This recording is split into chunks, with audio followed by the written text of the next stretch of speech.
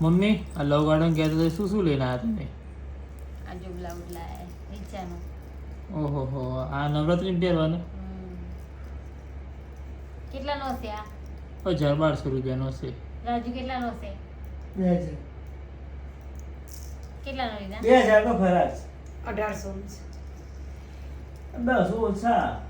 ના એવું કીધું તો કે આ બ્લાઉઝ ની કિંમત 1 રૂપિયો ઓછો ના કરું. અને જો આખા લો ગાર્ડન માં કશે આ બ્લાઉઝ મળે ને તો એમને એમ આપી દેવાનો. આ બધું ફર્યા કઈ આ બ્લાઉઝ નતો.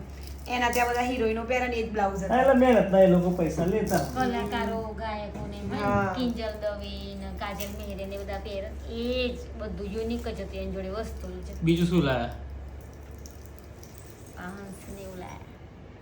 પછી આ ચક્કુ માટે બોટલ લીધી. પછી આ ચણીઓ લીધો. હોના કેટલા કીધા હતા? 2200 કીધા હતા? તો 1000 માં લાયા અમે. ઓહો, એટલા બધા ઓછા કરે? તો નહીં યાર. હજુ તો બધું ડેકોરેશન કરવાનું છે, યુનિક બનાવવાનું છે ને અલગ જ. આ બે જ વસ્તુ લઈને આવ્યા, બીજું બતાવો.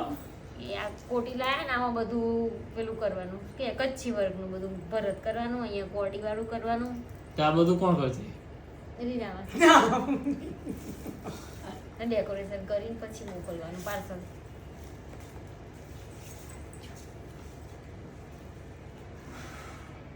પેન્ટ લીધું ના મગજ.